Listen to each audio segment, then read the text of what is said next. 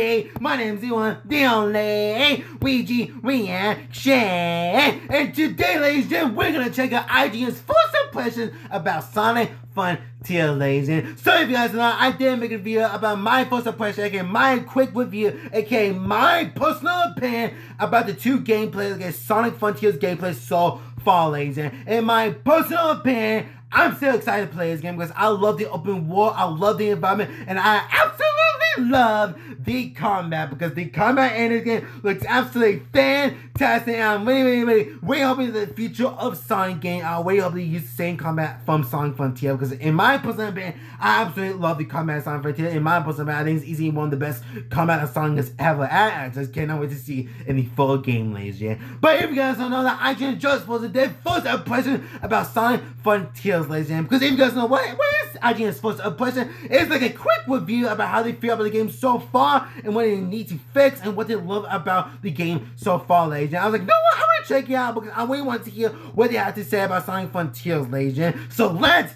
get started, ladies and gentlemen. There is a link of this video with me description below. And once again, ladies and gentlemen, my personal opinion, I'm so excited to play this game. So let's get started in 3, 2, 1. Let's get started. Dude, like, in my personal opinion, I love the environment. It looks so good. Sonic's done a lot in 30 years. True. He's a pioneer of the high like mega updates. An Olympic athlete, a respectable kart racing I still love that game. Fighter, a TV star, and a Hollywood blockbuster movie star. So good, man. And it's still one of my movies of the years. My personal opinion is so good. Possibly one of my favorite video game movies of all time. It's so good. Go hands-on with Sonic Frontiers. And let me just say, if you're worried about how the blue blur will fare in this unfamiliar genre, a lot of people will worry at first, but when they announce it's gonna be open world, a lot of people love it, including myself. Okay, here we go. I wonder what to say about that. I wanted to talk about the two gameplays. The first thing that struck me about Sonic Frontiers was how uniquely somber and serene it was right from the outset. I love the environment. Into a wormhole with Tails and Amy, Sonic finds himself from his friends and all alone on an isolated island. Oh, okay. AI so that's the voice story. Guiding him to collect the Chaos Emeralds. There's whoa, Chaos? Oh! Clips off of, no energy. I wonder if that's the Eggman would be in this game. Just wide open fields as far as the eye can see. There's an air of mystery in Sonic Frontiers, and it's a vibe. It looks good in my personal opinion. By the beautiful yet minimalist piano. I think it's one of my favorite open world games I've ever seen in my personal opinion. Okay, so yeah, this is the first gameplay we get to see from IGN. And I thought, oh, it looks so beautiful. And like, I love it in my personal opinion. I love it. But the gameplay they posted was not the best, but I still love it. Sonic team head Takashi Iizuka to describe how the tone of Sonic Frontiers differs from previous Sonic games. Oh? And he said, past games in the Sonic series have taken different tones depending on their stories and themes. True. This time, these like I think Sonic Forces, Sonic Colors, and Sonic Unleashed. That's why especially Sonic Unleashed. Hard to create a mysterious mood. So I take it like a dark Sonic game. Change in Sonic Frontiers is the I really hope that this game has some dark moments in my personal opinion. That would actually be a fantastic choice for this game. In any direction. But Sonic Team doesn't like to use I think those purple coins are like skill points to upgrade your moves and abilities. That'd be awesome. Open zone. Open world games like Zelda or other AAA games fundamentally have RPG or adventure worlds. True. Sonic, the core here is like I think Sonic 5, for example, and Ghost of Tsushima, have that take place and especially Final Fantasy VII Remake. What sets Sonic Frontiers apart is this different approach to an open game world. True. Having played Sonic Frontiers for about 4 hours. 4 hours? Dang! He's such a lucky guy. I will play this game for hours. It's a giant playground. Every few feet, there's a bumper spring that. I love this sunlight, man, and I just can't wait till it gets nighttime for this game. I bet it's gonna look beautiful. That sets you on a completely different path, leading to some other collectible or reward, or a line of rings that you can lightspeed dash into. Essentially, they've taken that core appeal of every Sonic level having multiple paths that eventually loop back around to the main one, and applied that to these giant non-linear open zones. Okay. One thing that has to be noted is that very few of these elements are built into the environmental design, meaning that rails, platforms, boost rings, and so on are just inexplicably floating in the air all around. Which yeah, okay, yeah, so yeah, I have to stop stop right there. That is, oh, I didn't even see that. So we are going to talk about that because if you guys know, I decided to take a look back at the open world gameplay, and while I was slowing down of the open world gameplay, I noticed a lot of problems starting to pop up. I was like, that's weird. Like, that has to be part of the game. But after we watching it, it looks like it just, we walk into, like, for example, this one and that platform right there, just imagine like pop up. A lot of people's like, yeah, that's the main problem we have in this game so far. And I'm really hoping to fix the problem, because if you guys don't know that it's the latest game, I'm gonna be totally fine. Just fix the problems, like fix the bugs. I just want to play this game, man. Like, just take your time and make it more polished, because in my personal opinion, it looks fantastic. But it feels especially jarring in Frontiers in particular because of the frequent and sudden pop-in of these objects and the otherwise very naturalistic art style. So yeah, he did talk about it. Emphasizing that this gameplay and the version that I played were from an early build. But yeah, okay, so that was my exact thought. So I thought that the two gameplays was like the first thing you get to choose, like an alpha game, like the first thing you get to choose. I was like, that has to be it, and I'm so happy that he finally revealed it, and because like this is the first like footage we get to see of this game, the very first game we get to see. So of course they still have time, ladies, so they still have time. Just let them take their time, okay? Just don't judge a book by its covers. Just let them take your time. Let them fix the problems they have. Just please, just let them take your time, because always so far in my personal, it always looks fantastic and beautiful in the final version. Beyond that, there are also a wide variety of puzzles. I can't wait for the puzzles too. Like, I love puzzle games, but sometimes it makes me mad.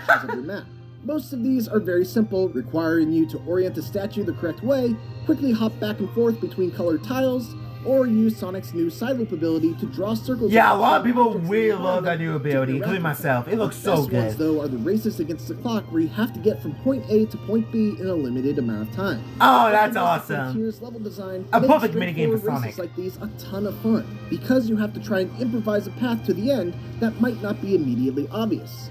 Okay. Sonic the Tricks, yes. We want to hear about what they're gonna say about them. There are some exceptions, but combat in traditional Sonic games generally isn't a thing that goes much deeper than jumping, rolling, it's like a homing attack into enemies at the right time. That changes in Sonic Frontiers, which now has you fighting all sorts of wandering enemies and mini-bosses using an all-new array of incredibly flashy attacks. Yeah, it looks good. I really love that move.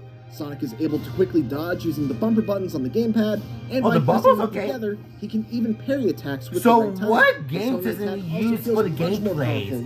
Like a PS5, PS4, Xbox, or Switch, or for PC? Allowing for a flurry of follow-up strikes. If it was on the Switch, I can understand. Really like, of course, along with the PS4. There are usually multiple ways to deal with specific enemies. Like, take for example this guy, who has an impenetrable shell that he can expand into spinning blades. I love the camera that zooms out. I just love it. Carefully time your homing attacks, like, of course, you can see the more open environment. But to do that, the window to damage him is small.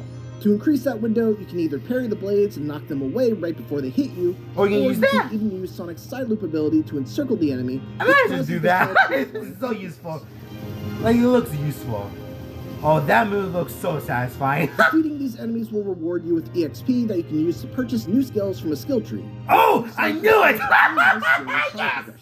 Oh, yes! I'm so happy! Some of the later skills that you can get are just unbelievably cool. And it's super satisfying to see Sonic Team experiment with different ways that Sonic can attack enemies beyond just spins, jumps, and bumps. Thank you! Like, it looks so satisfying, man. There are also a handful of enormous world bosses. Oh, dude, I'm so happy. These are near Shadow of the Colossus-esque in their scale, with one in particular against a beast named Asura, requiring Sonic to bait the Titan to slam the ground, and then boost up its arm in order to reach the weak spots on its head. Whoa! It's an ambitious boss battle, far beyond anything I've seen in the Sonic series to date, but it's also the part of the game that needs the most work. Far too often, it needs more work, without knowing why, or I'd get to the top and for some reason lack the momentum needed to actually reach the head.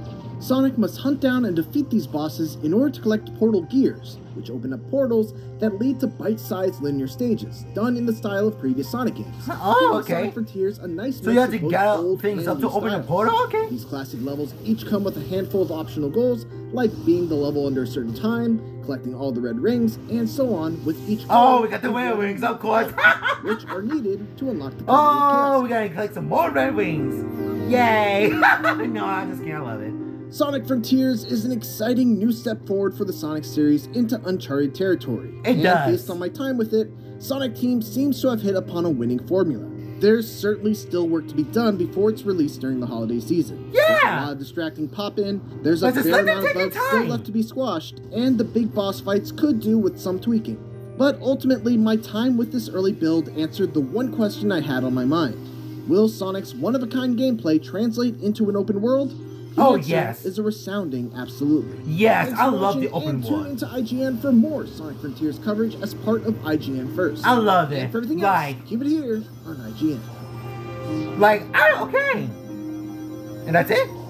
And that is it, ladies and gentlemen. So yeah, I am so happy that they talk about they would have skill trees. Of course, I'm so happy. Like, just let them take their time. Like, of course, there's some things that need to be fixed. Just let them take their time. Like glitches, bugs, everything that need to be tweaked on or fixed. Just let them take their time. But overall, I'm so happy they talk about that this game is like an early alpha first gameplay we get to see, because a lot of people say it's either the first gameplay we get to see from this game, or the alpha, which it is. So I'm so happy they did talk about that. I'm so happy they did talk about they would have skill trees in this game, which I'm so excited about. And I'm so happy to unlock some skills later and abilities, because I'm gonna have a blast. I'm gonna have a blast. So far, I'm so happy that IGN did talk about the problem, look at the things that need to be fixed in this game. I'm so happy about this game so far. It looks absolutely beautiful. I love the environment. I love everything about it. And just let them take your time. Let's just let them take your time to fix the bugs and get glitches, and they will have a perfect Sonic game. And I'm really hoping that this game, Easy Hands On, is gonna be one of the best Sonic games you can ask for. So guys, that is my reaction to IGN's first impression about Sonic Frontiers, ladies and gentlemen. We're gonna think of this game so far, ladies and gentlemen. Leave in comments below. The link of this video will be in the description below. Make guys like, subscribe, like my other videos. See you guys in the next video. Peace out.